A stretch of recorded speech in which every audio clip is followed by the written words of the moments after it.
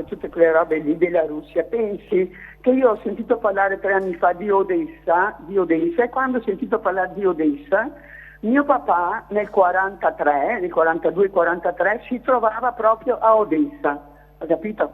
E poi quando erano là con i tedeschi che si sono rivoltati contro, no? E ha visto le morti, ha visto cose terribili. Certo. Ad ogni modo mio papà per fortuna è riuscito a tornare a casa con altri 2 suoi concittadini, e guardi che mia mamma, quando le persone della via le hanno detto Maria guarda che c'è tuo marito, mia mamma è andata fuori da casa e per un po' ha detto no, non è lui, perché No, mio papà non lo riconosceva. è venuto a casa, ecco, è venuto a casa, era alto quasi 1,90 m, è venuto a casa 42 kg e poi ci ha raccontato con 2 dita dei piedi congelati, e pensi che io sono del 46, dottor Versace, e ancora di notte sentivo mio papà, mi ricordavo che quando avevo 3-4 anni mio papà gridava ancora di notte, ed è stato salvato da una famiglia russa, lui me lo raccontava sempre,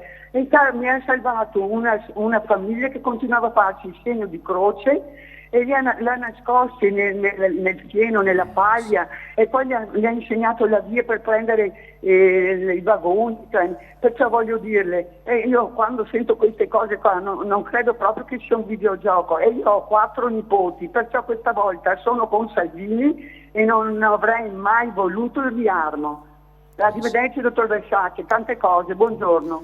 Insomma, abbiamo, signora Elisa, grazie per questa testimonianza. Sono sicuro che lei ha, come dire, gli anticorpi e l'esperienza, la memoria familiare per far sì che non trasformi in modo abnorme, in modo sbagliato, questa questione in un videogioco, come dicevo prima, o in un argomento più o meno frivolo da talk, da salotto televisivo. L'abbiamo letto, no? 100.000 gavette di ghiaccio di Giulio Bedeschi, l'abbiamo letto, fa parte delle nostre letture? Sì. Credo di sì. Quindi io ho conosciuto anche persone, non ci sono più, ma che hanno fatto quella catastrofica esperienza siamo andati noi a invadere la Russia, no, professor Cevolin? O no? Beh, sì. E allora? Comunque Odessa Odessa è un posto importantissimo perché è un importante porto, quindi ha un valore strategico fondamentale. Ecco, valore strategico, e anche c'era una minoranza italiana, 3.000 italiani, i palazzi sono costruiti dagli italiani e così via, quindi bello il ricordo di questa telespettatrice. Bello e crudo, bello e drammatico. Bello e crudo, bello anche per l'aiuto che ha avuto, cioè queste situazioni di solidarietà che ci sono state anche da altri invasori, invece in questo caso cosacchi, ucraini in realtà. In Friuli. In Friuli, e dove anche lì ci sono stati aiuti. Se posso consigliare un professor Cevolin, visto che era un caro amico mio, ho avuto questo privilegio inestimabile, diciamo, di avere la sua amicizia, Carlos Gollon, se riuscite a trovarlo, c'è un romanzo bellissimo, penso che si riesca a trovare ancora, me lo auguro, che si intitola L'armata dei fiumi perduti, leggetelo, vale veramente la pena. Professor Cevolin?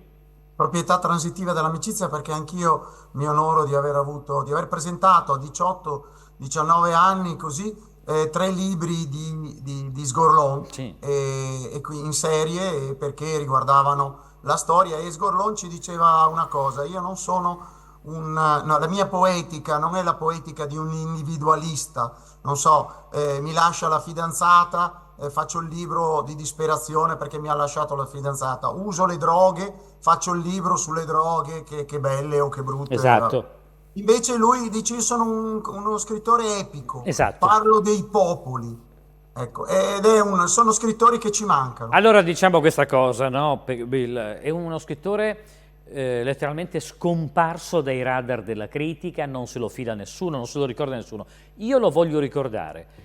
In vita aveva subito un vero e proprio ostracismo perché non era uno scrittore progressista, uno scrittore radical chic, uno scrittore di sinistra, ed era stato demonizzato, isolato, nascosto, e anche post mortem è avvenuto questo. È un grandissimo narratore, il più grande narratore friulano della storia.